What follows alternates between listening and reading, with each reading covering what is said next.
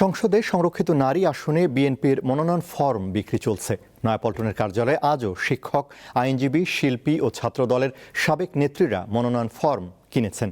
রবিবার পর্যন্ত ফরম ওঠানো ও জমা দেওয়া যাবে। বিএনপির নয়াপল্টনের কেন্দ্রীয় কার্যালয়ে শনিবার সকাল 10টা থেকে দ্বিতীয় দিনের মতো সংসদের সংরক্ষিত নারী আসনের মনোনয়ন ফরম বিক্রি শুরু হয়। এই কার্যক্রমও চলে সন্ধ্যা 6টা পর্যন্ত।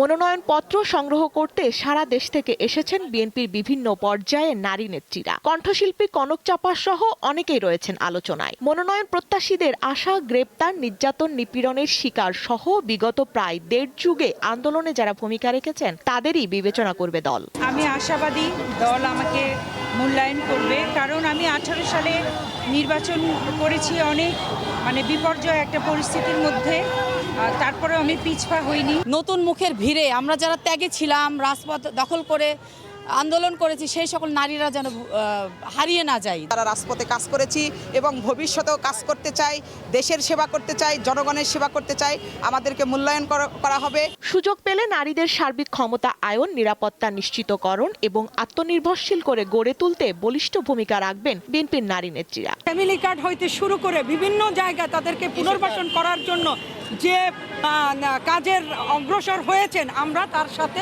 একত্রিত হয়ে আগামী দিনে কাজ করতে চাই তার সাথে। নারীরা যেন কোথায় অবহেলিত না হয়, ওনাদের প্রাপ্য অধিকার যেন ওরা ফিরে পায়। শিক্ষা থেকে শুরু করে মহিলাদের সকল রকম যত রকম পিছিয়ে পড়া দিনগুলি, স্বাস্থ্য খাত থেকে শুরু করে সকল কিছু আমি এগিয়ে নিয়ে যাব। দলের সিনিয়র যুগ্ম মহাসচিব রুহুল কবির রিজভী বলেন, যোগ্য ও ত্যাগী নেতাকর্মীরাই মনোনয়ন পাবেন। দলের আন্দোলন সংগ্রামে যাদের ভূমিকা রয়েছে এবং যাদের দক্ষতা রয়েছে পার্লামেন্টে কথা বলার, তাদেরকেই নিশ্চয়ই দল বাছাই করবে বলে আমার দৃঢ় বিশ্বাস।